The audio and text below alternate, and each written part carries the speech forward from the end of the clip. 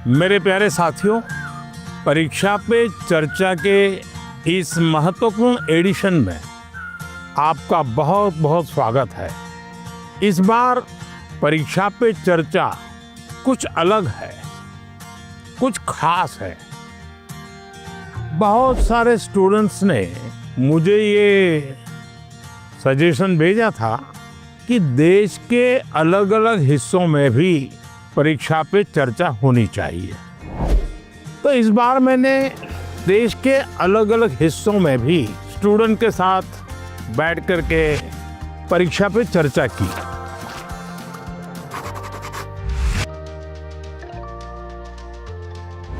इस special episode में आप यही देखने जा रहे हैं। तो सबसे पहले चलते हैं तमिलनाडु के कोयम्बटूर। तमिलनाडु के स्टूडेंट्स की एनर्जी, उनकी क्यूरियोसिटी ने मुझे बहुत प्रभावित किया। आइए देखते हैं। बड़ा कम तो आप लोगों को कुछ खाने पीने को मिला कि नहीं? क्या मिला? नहीं, हमें घर से लेके आए थे। I couldn't believe my eyes when I saw him. First, I had expected like a dynamic, dramatic entry because he is the Prime Minister after all. But it was very simple, humble and down to earth. वो जब अंदर आए बस like goosebumps आने लग गए. It was really great. ऐसा है कि मैं कई वर्षों से 10th और 12th के जो बच्चे हैं उनसे बातचीत करता रहता हूँ परीक्षा पे चर्चा। और मैं बातचीत करता हूँ कुछ सीखने के लिए। मेरे लिए बहुत बड़ा ये सीखने का कार्यक्रम होता है, ये सिखाने का कार्यक्रम नहीं। तो मैं आज तमिलनाडु के नौजवानों को इसलिए मिल रहा हूँ कि मुझे कुछ सीखना है। तो आप में से अगर कोई कुछ बातें करना चाहते हो, अपनी बात बताना चाहते हो, तो मुझे सुनना है। कौन शुरू करेगा? छवि जैन है मेरा नाम। मुझे स्टार्टअप करना है, तो मुझे किन किन विषय की जानकारी चाहिए और एजुकेशनल लेवल पे मुझे क्या करना होगा जिससे मुझे स्टार्टअप के लिए मदद मिल सके। आपकी बात एकदम सही है। मैं भी आजकल जब भी किसी नौजवान से मिलता हूँ तो तुरंत कहते हैं स्टार्टअप। पहले आपका ध्यान इस बात पे होना चाहिए कि आप क्या करना चाहते हैं। कुछ स्टार्टअप ऐसे हैं जो सिर्फ टेक्नोलॉजी में इनोवेशन करना चाहते हैं। किसी को लगता है मैं ड्रोन बनाऊं, किसी को लगता है कि मैं घर में बिजली की व्यवस्था ऐसी खड़ी कर दूं। अपने किसी 4 दोस्तों को देख जानती हो जो टेक्नोलॉजी में एक्सपर्ट हैं। एक आध दोस्त है फाइनेंस में एक्सपर्ट है। चलो 4 लोगों की टोली बना दे, साइड में अपन स्टार्टअप शुरू करते हैं। जरूर नहीं कोई स्टार्टअप के लिए कोई 25 साल की उम्र चाहिए, आप कभी भी शुरू कर सकते हैं। छोटे छोटे स्टार्टअप से भी काम शुरू हो सकता है। तो मैं समझता हूँ कि अगर आपकी रुचि है तो बहुत अच्छी बात है। कुछ स्टार्टअप चलाते हैं, तुमको मिलने जाना और एक प्रोजेक्ट रिपोर्ट बनाओगे, उनको बताना चाहिए मैं तो स्कूल से हूँ, मैं स्कूल का प्रोजेक्ट बना रहा हूँ। तो वो छुपाएगा नहीं, आपसे बताएगा। तो धीरे धीरे आपको ज्ञान भी मिलेगा कैसे कर सकते हैं। सर, हमेशा मुझे ये डर रहता है कि कहीं मैं पढ़ाई में ज़्यादा फोकस करूँ तो मैं अपनी पैशन खो दूँ। अगर मैं अपने पैशन पे ज़्यादा फोकस करूँ तो मेरी पढ़ाई छूट जाएगी। दोनों के बीच में बैलेंस कैसे लाऊं? देखिए, पहली बात है कि 2 अलग चीजें ऐसा आप मानते क्यों हैं? दोनों उपयोगी हैं। जैसे मान लीजिए आपको आर्ट का शौक है? और आपने साइंस का कोई विषय पढ़ा और उसमें कोई लैब की चर्चा है और कुछ केमिकल मिलाने की चर्चा है। तो आप ऐसा कीजिए, कागज लीजिए, लैब बनाए, कागज पे पेंटिंग कर लैब बनाए। फिर जो केमिकल पढ़ने के थे हर बोतल में केमिकल का नाम लिखे। फिर आप पढ़ने में आया था कि भाई इस केमिकल को मिलाने से ऐसा कलर बनता है, तो एक दूसरा चित्र बनाइए, उस पॉट के अंदर वो कलर। तो आपको चित्र का काम भी हो गया और आपको वो लेसन भी याद हो गया। यानी एक साथ दोनों चीजें बहुत अच्छी तरह से आप कर सकते हैं। आपके थकान को उतरने के लिए भी एक प्रकार से आपके पास जो कला है, क्राफ्ट की जो कुछ भी आपकी सीखने की इच्छा है, वो आपको मदद कर सकती है। डेली या सप्ताह में 2 दिन आधा घंटा इसके लिए दो। समाज जीवन में जिसकी जरूरत है वो शिक्षा तो करनी है, लेकिन जो व्यक्ति के जीवन में उपयोगी हैं वो आप इससे कर सकती हैं। हमारा देश भी 2047 में डेवलप्ड राष्ट्रों के साथ एक होने वाला है। सो मेरा प्रश्न क्या है कि हम नवयुवक इसे हासिल करने के लिए क्या कर सकते हैं? मुझे अच्छा लगा कि मेरे देश के 10th 12th के बच्चों के मन में भी 2047 विकसित भारत का ड्रीम है। ये मेरे लिए बहुत बड़ी खुशी की बात है ना। आज मुझे अब मजा आएगा। वाह, देखिए ये चीज है ना।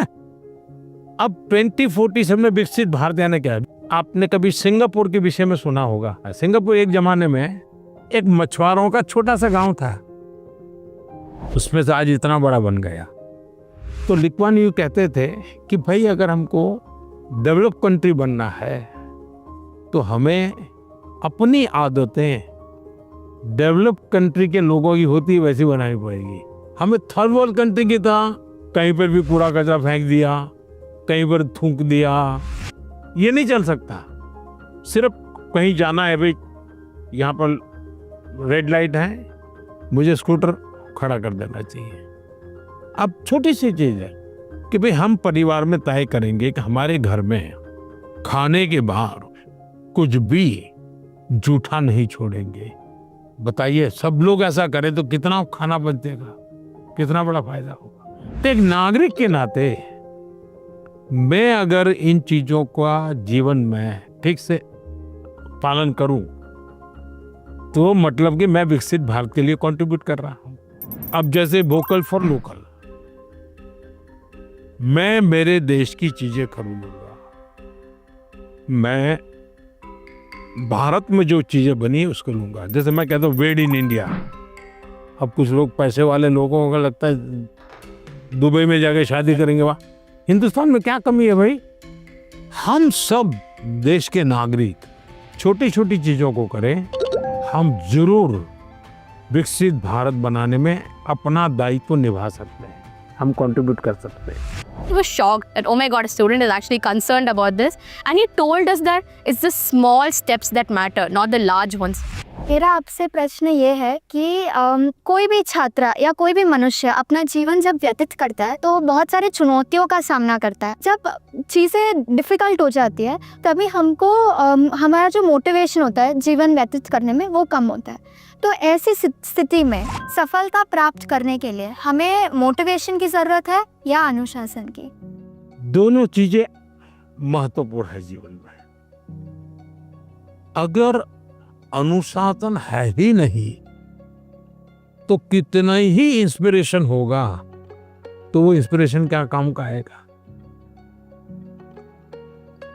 मान लीजिए एक किसान है, उसको प्रेरणा मिल रही है, बगल वाला किसान बहुत फसल कर रहा है, इंस्पिरेशन है कि यार उसकी तो 1 एकड़ भूमि है, मेरी तो 4 एकड़ भूमि है, वो ज्यादा कमाता है, मैं कम कमाता हूं, तो उसको इंस्पिरेशन तो वहां से मिलता है।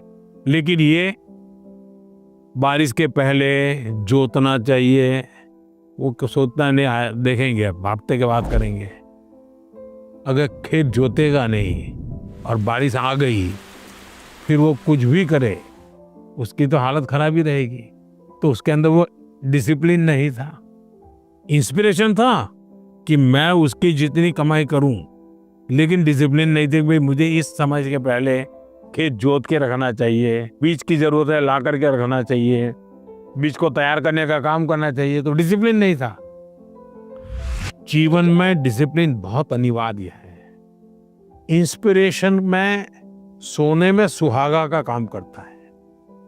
अगर डिसिप्लिन नहीं है, कितना ही इंस्पिरेशन क्यों ना हो, वो फिर बोझ बन जाता है, निराशा पैदा करता है। When I asked my question, it was a question that was stuck with me from so many years. Now, finally, I feel great and honored to get a clarity from a person who I've looked up to. Sir, आजकल के ज़माने में AI का प्रभाव बढ़ते ही जा रहा है। हम देख सकते हैं कि कई कंपनियों में इंसान नहीं बल्कि AI एम्प्लॉयज़ भी होते हैं। तो मेरा ये सवाल है कि क्या हम AI को डरना है और हम अपने फ्यूचर करियर लेने के समय क्या क्या याद रखना चाहिए? देखिए, हर युग में जब भी कोई नई टेक्नोलॉजी चर्चा होती है, कंप्यूटर आया तो चर्चा हो रही, क्या हो जाएगा सब। तो ये हर युग की ये चर्चा का विषय रहा है। हमें किसी चीज से डरना नहीं चाहिए। हमारी कोशिश होनी चाहिए, एक, हम उसके गुलाम नहीं बनेंगे। मैं अपने जीवन में मैं ही निर्णायक रहूंगा, वो मेरा मालिक नहीं बनेगा। जैसे कुछ बच्चों का है, मोबाइल उनका मालिक बन गया। अगर मोबाइल नहीं है तो खाना नहीं खा सकता है, टीवी नहीं है तो जी नहीं सकता है। मतलब ये आप उसके गुलाम बन गए। मैं गुलाम नहीं बनूंगा। एक बार मन में ये पक्का करना, हर टेक्नोलॉजी का हम ज्यादा उपयोग कर सकते हैं। अगर मैं एआई को पूछूं मुझे ये किताब कहाँ से मिलेगी, कौन सी है, इस विषय पे अच्छी किताब कौन सी है, हो सकता है वो गाइड करे, आपके लिए काम आएगा। लेकिन तुम कहोगे मैं ही पढ़ूंगा, तुम ही मुझे बता दो अंदर क्या है, तो फिर गड़बड़। और हमेशा ही नेचर ऑफ जॉब बदलेगा। नेचर ऑफ जॉब बदलना है। और पहले भी जब बैलगाड़ी में लोग जाते थे तो एक प्रकार का जॉब था, अब वो हवाई जहाज में जाने लगा तो बहुत कुछ बदल गया, लेकिन जीवन तो चलता रहा। तो मैं समझता हूँ हमने टेक्नोलॉजी को समझना होगा, खुद का विस्तार करना होगा, उसमें उस टेक्नोलॉजी की ताकत को जोड़ना होगा, हमारे कामों में वैल्यू एडिशन करें। अगर ये होता है तो मैं पक्का मानता हूँ कि कितने ही उत्तम से उत्तम टेक्नोलॉजी क्यों ना आए, हमें उपयोग होने ही वाली है, हमें डरने की जरूरत नहीं है। I never believed I would be the one to be chosen to have such a gracious occasion with our Prime Minister. It was a really great experience. I am completely overwhelmed and it felt surreal. It felt like a family more than a prime minister. साथियों, कोयम्बटूर के हमारे युवा साथी पढ़ाई के साथ साथ AI, startup और फ्यूचर की टेक्नोलॉजी को लेकर बहुत जागरूक है।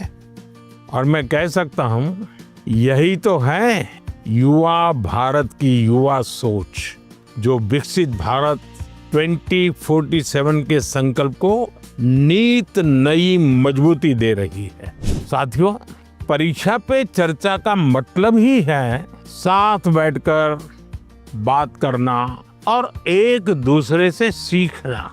और इसी सिलसिले को आगे बढ़ाते हुए हमारी चर्चा कुछ हफ्तों के बाद कोयम्बटूर से निकल करके छत्तीसगढ़ की राजधानी रायपुर पहुंच गई। वहां भी बच्चों से मेरी बहुत दिलचस्प बातें हुई और मैं कह सकता हूं सिर्फ बातचीत नहीं, बहुत मजेदार चीजें खाने का भी मौका मिल गया।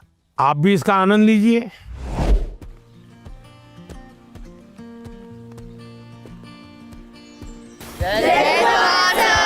जय जोहार। कुछ खिलाया पिलाया कि नहीं? हाँ, आप भी बहुत सारी मीटिंग्स अटेंड करके आए हैं, आप भी हमारे यहाँ का खाना चाहेंगे? कैसे बनता है? सर ये बेसन को गोल गोल आकार देकर उसको तलते हैं। अच्छा, और ये नमकीन होता है। तो कब खाते हैं लोग? सर दिवाली के टाइम, दिवाली टाइम का खाते हैं? ज्यादातर दिवाली टाइम पे बनता महाराष्ट्र में इसको क्या कहते हैं? है। महाराष्ट्र में ऐसा ही बनता हो, चकली कहते हैं। हाँ सर। ये क्या है? सर ये खुरमी है, हाँ। हमारी गुड़ से बनती है, आटे से बनती है, सूजी से बनती है। हम्म,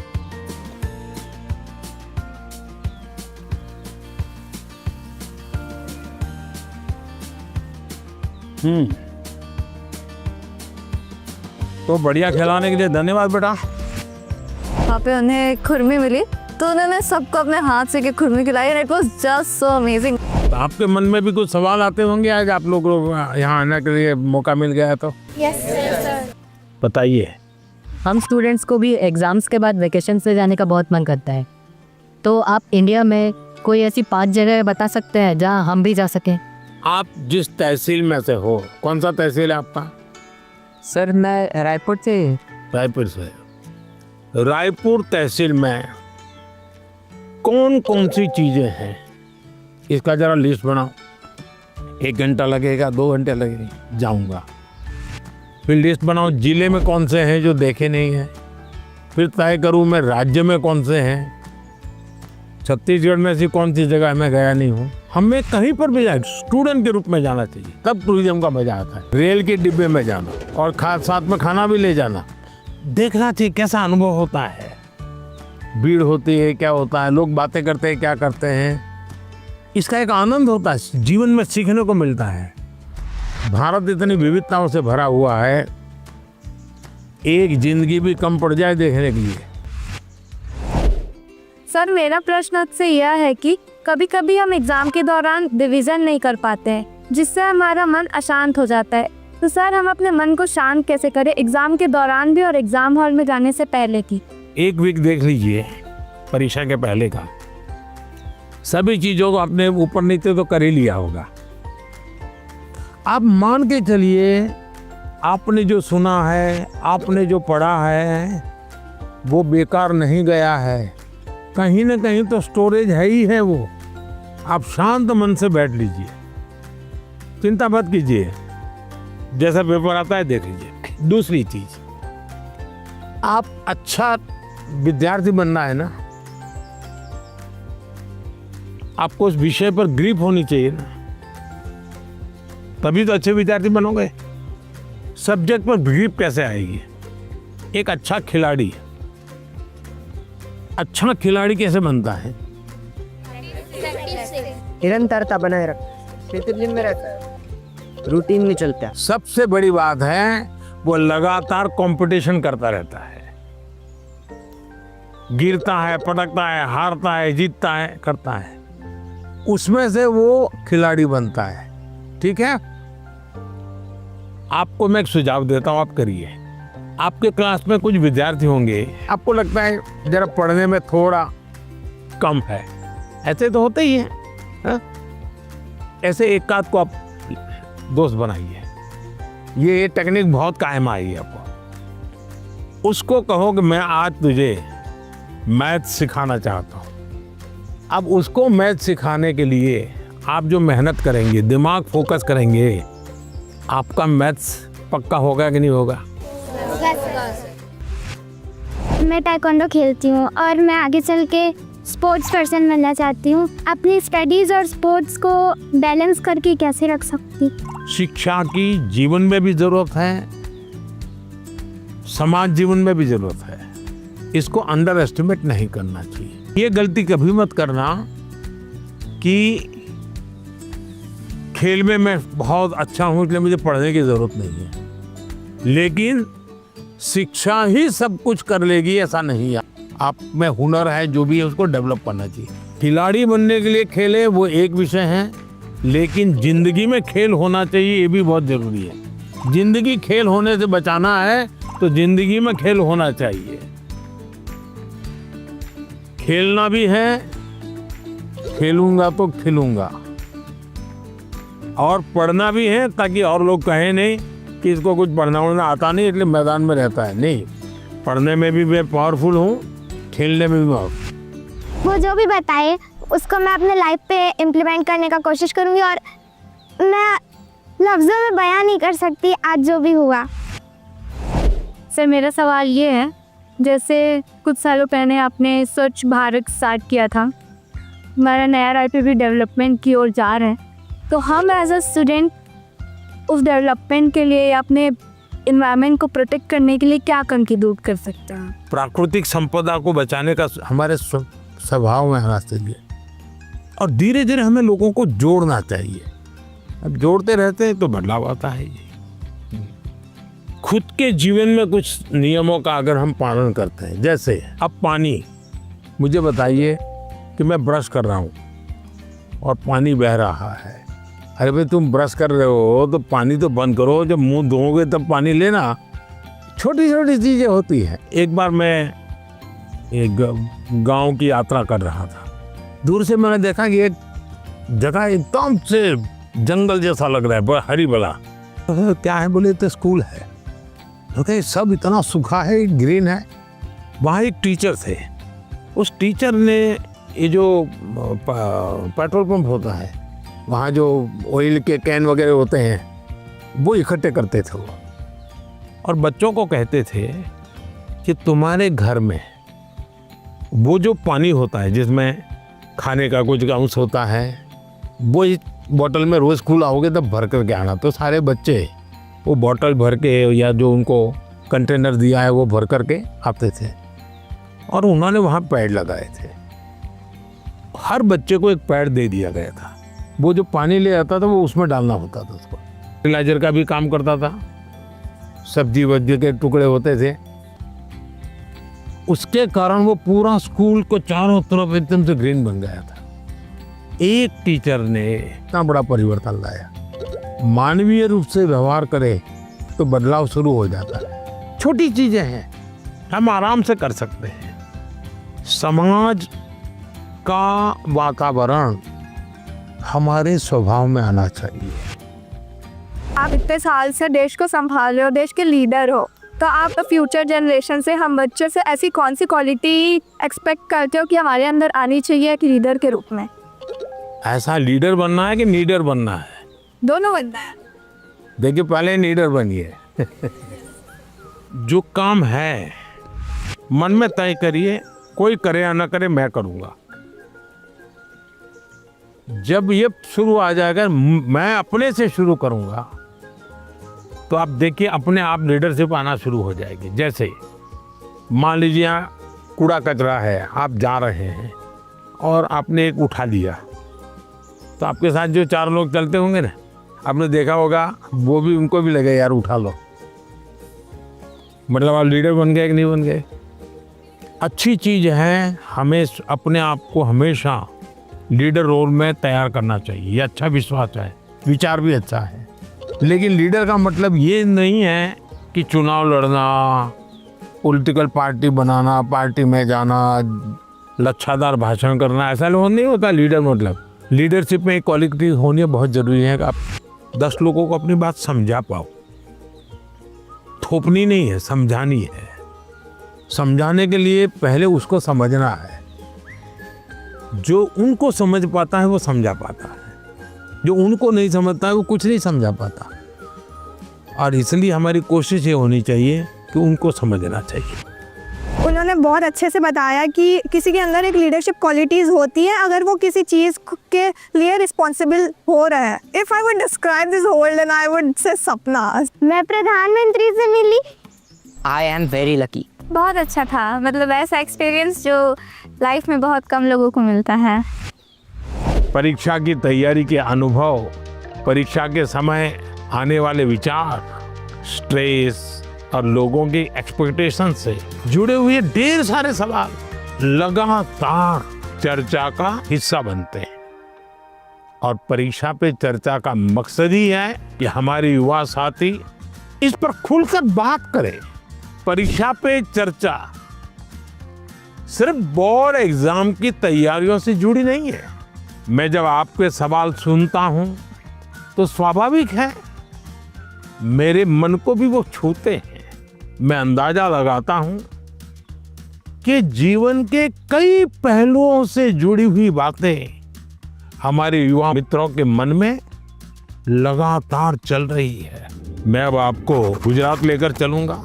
वहां के बच्चों ने और विशेषकर ट्राइबल बेल्ट के मेरे आदिवासी बच्चों ने जो सवाल पूछे, और उन्होंने तो मुझे सचमुच में हैरत में डाल दिया था।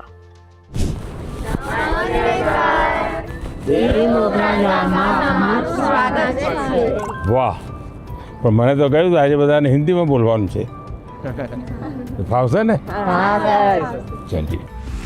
सर जब आए तो हमने देखा कि उन्होंने एक कोटी पहन रखी है जिस पे वर्ली आर्ट है। तो हमारे आदिवासी समाज में वर्ली आर्ट का बहुत महत्व है, तो हमें ये देख के बहुत अच्छा लगा।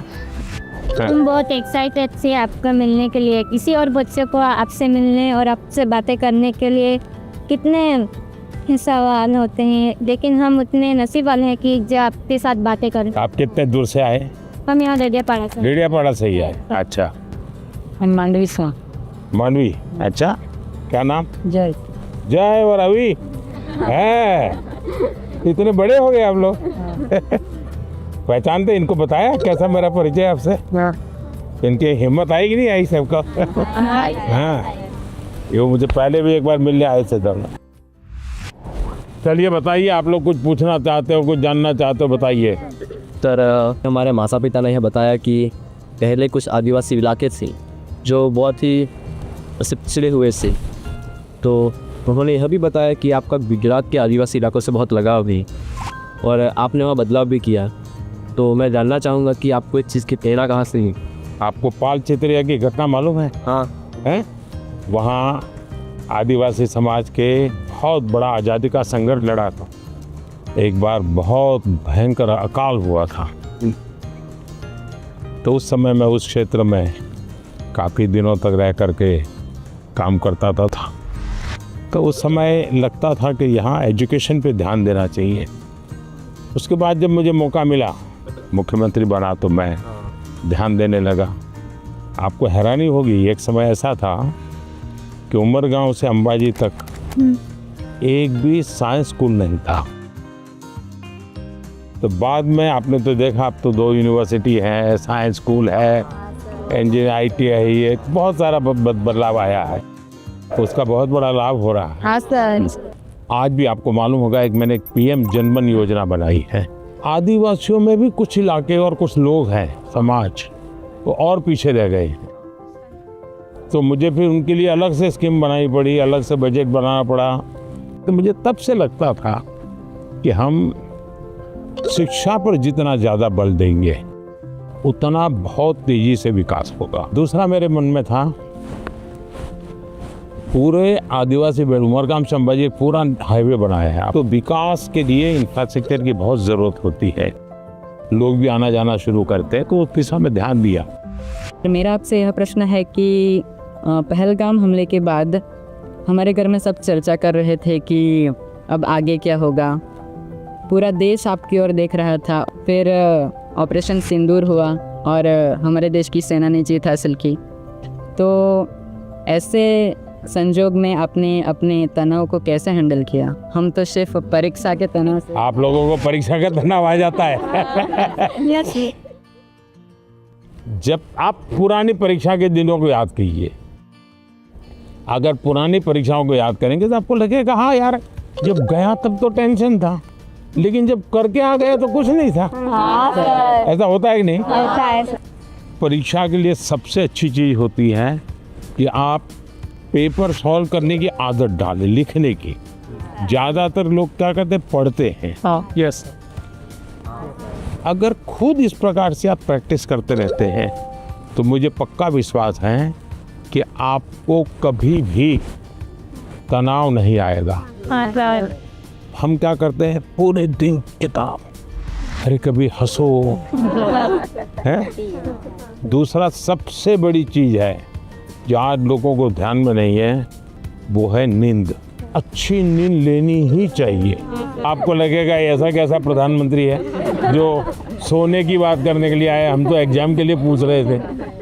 लेकिन वो नींद इतनी पूरी लेते हैं तो बाकी समय आपका बहुत ही फ्रेश, नए विचार, नए आइडिया, मन बहुत प्रफुल्लित रहता। हाँ सर। हम डॉक्टर या कभी इंजीनियर या कभी अफसर बनना चाहते हैं, तो हमें आगे बढ़ के अपना करियर कैसे चूज़ करना चाहिए सर? अगर आपने एक महीने में 10 चीज़ अलग अलग बता दी तो घर वाले क्या कहेंगे, इसका तो कोई ठिकाना ही। ये तो अच्छी चीज़ है कि आपको कुछ किसी को देख के लगा मैं भी ऐसा बनता तो क्या होता। अगर ये हमको करना है, जो व्यक्ति बहुत बड़ा बन गया है वो बड़ा बनने की इच्छा होना बुरा नहीं है, लेकिन वो बड़ा बना है तहीं से अपने को जोड़ो मत। कहाँ से शुरू किया था, अगर आपका ध्यान उस पर होगा तो फिर अगर हाँ यार यहाँ से चलो मैं शुरू करता हूँ। कोई कहेगा कि मैं क्रिकेटर बना, लेकिन जब मैं 8वीं कक्षा में था तो सुबह 4 बजे उठ करके साइकिल चला करके स्टेडियम तक जाता था और फिर मैं 2 घंटे प्रैक्टिस करता था। तो फिर तो मैंने कहा अच्छा इतना मेहनत करना पड़ता है, चलो मैं शुरू करता हूँ। अभी तो क्या लगता है, देखिए यार सेंचुरी लगा दी, फोटो छप गई। तो सपनों के लिए जीना सीखे, सपनों के अनुकूल जिंदगी बना। लेकिन शोर अगर मचाए तो सफलता शोर मचाए। हाँ। जैसे ही आप नंबर 1 आ जाएंगे तो सफलता शोर मचाएगी नहीं मचाएगी? पूरे स्कूल को पता चलेगा या नहीं चलेगा? चलेगा। पूरे गांव को पता चलेगा या नहीं चलेगा? तो हमारी कोशिश ये होनी चाहिए। सर ने जो बातें कही, जो मैंने सुनी, सब मैंने अपने जीवन में आगे बढ़ने के लिए और आगे बढ़ के कुछ बनने के लिए सब अपने लिए सोचा। आइए।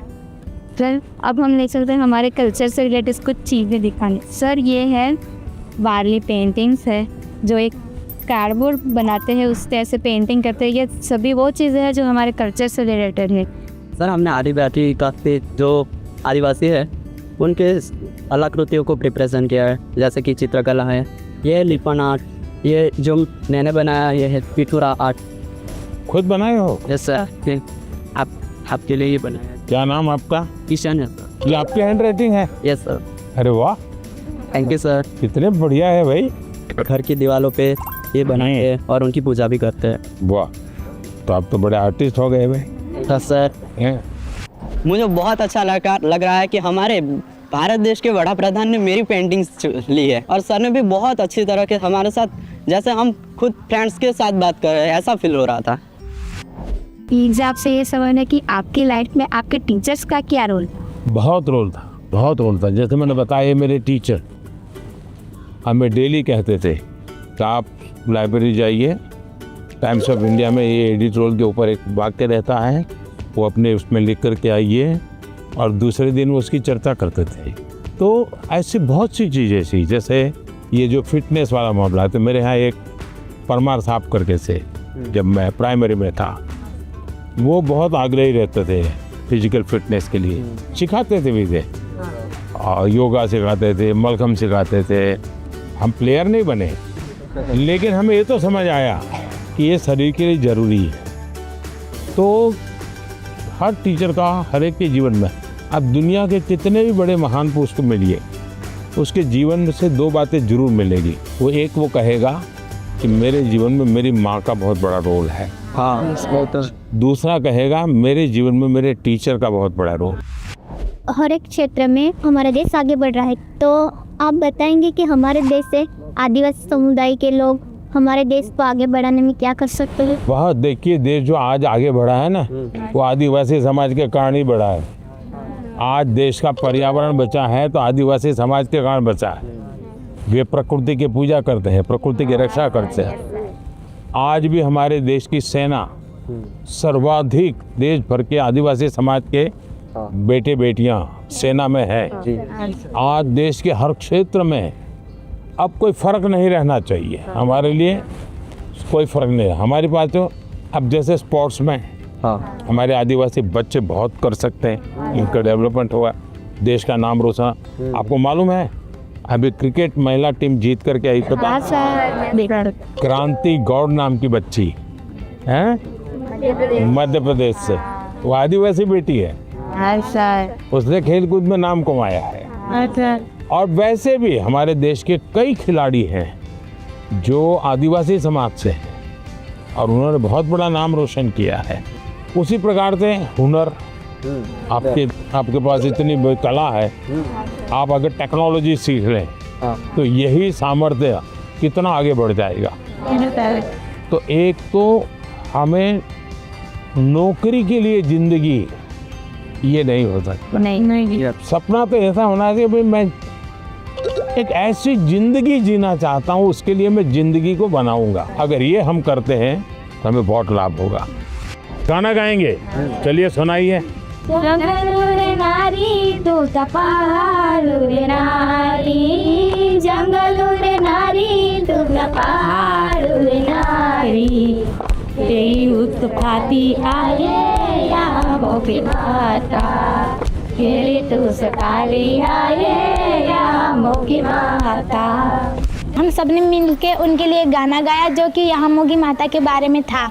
वो कहाँ रहते हैं, कैसे रहते हैं, वो सब था उस सॉन्ग में।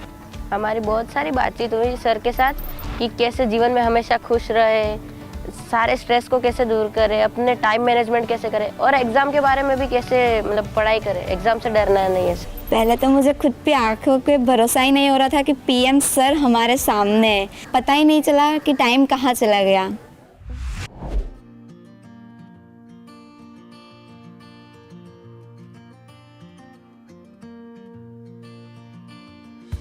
परीक्षा पे चर्चा का हमारा सफर अष्टलक्ष्मी यानी नॉर्थ ईस्ट भी पहुंचा और गुवाहाटी में परीक्षा पे चर्चा, और वो भी ब्रह्मपुत्रा के उस बहते हुए प्रवाह के बीच मजे से सैर करते करते चर्चा भी चलती रही।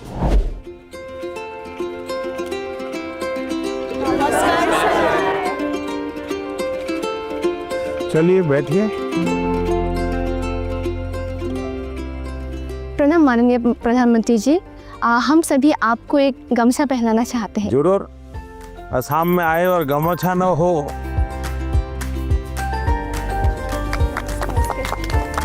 वाह। उनका जो प्रेजेंस है ना वो बहुत ही कामिंग है, लाइक रिलैक्स जैसा लग गया। बैठे रहने पर जो एंजाइटी होती है सब निकल गया। उनके साथ एक साथ बहुत बातें की फिर हमने। अच्छा, आप लोगों ने परीक्षा पे चर्चा कार्यक्रम पहले कभी देखा है टीवी पर? हाँ सर। अच्छा, कभी आप लोगों ने वो किताब देखी? हाँ सर। Exam warrior. तो उसमें से फिर आपको पहले जो सोचते थे परीक्षा के पहले और अब सोचते हैं, उसमें क्या फर्क है? किताब पढ़ने के बाद या कार्यक्रम देख क्या फायदा हुआ आपको? परीक्षा से इतना डर नहीं लगता। आपके जो मंत्र दिए हैं ना, वैसे जैसे कि लाइक परीक्षा को एक सेलिब्रेशन उत्सव की तरह सेलिब्रेट करना चाहिए।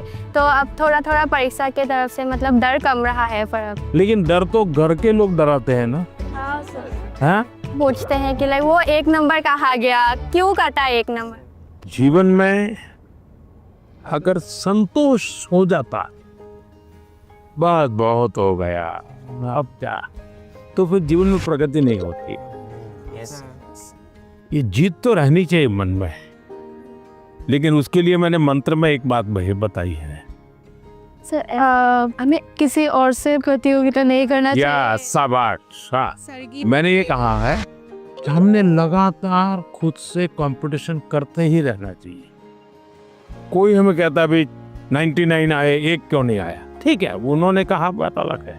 लेकिन खुद को भी पूछना चाहिए कि मेरे जीवन में ये बदलाव क्यों आया, ये कमी क्यों रही, क्या कारण था?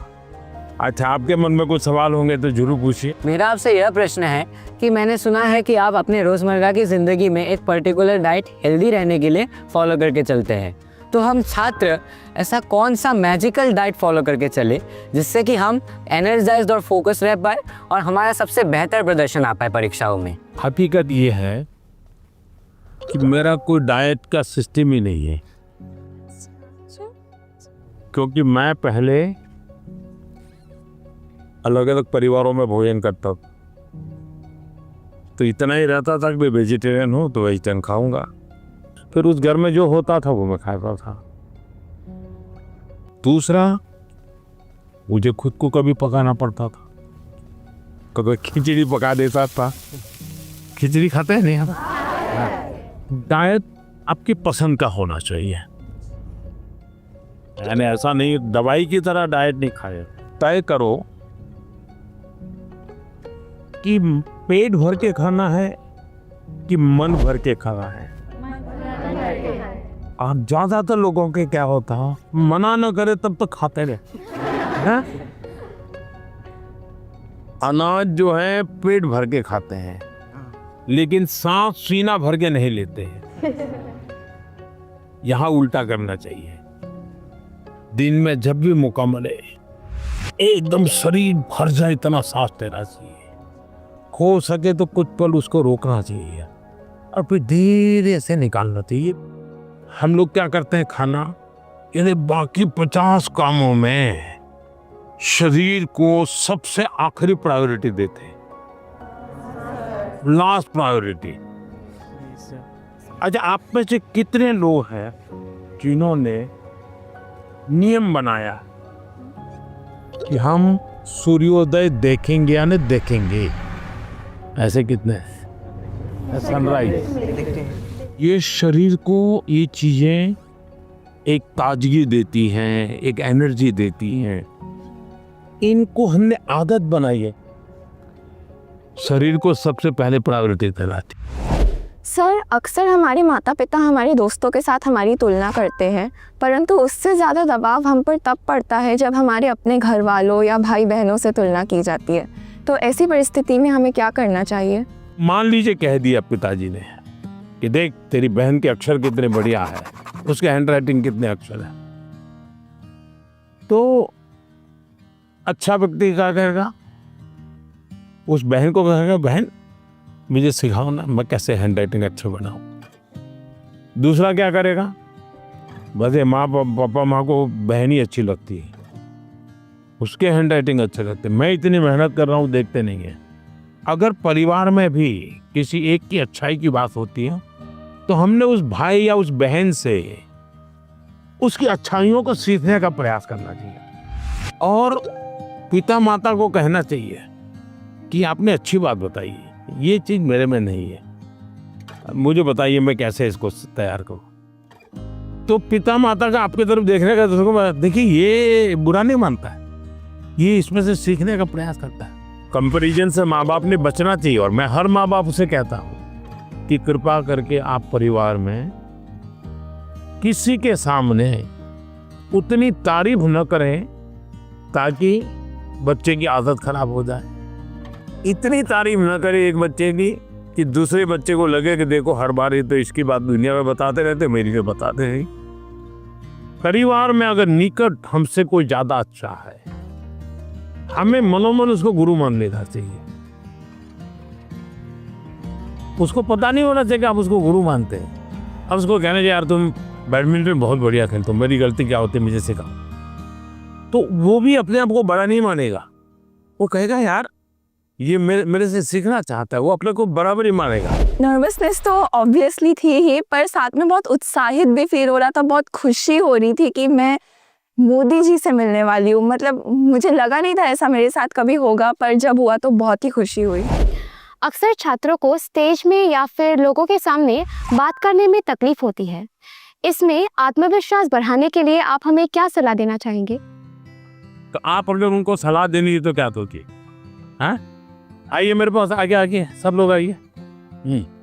अगर किसी को 1 2 3 में कहना है तो कैसा? से आत्मविश्वास रखना चाहिए। हाँ, ये आत्मविश्वास जो है ना, उसमें 2 शब्द है।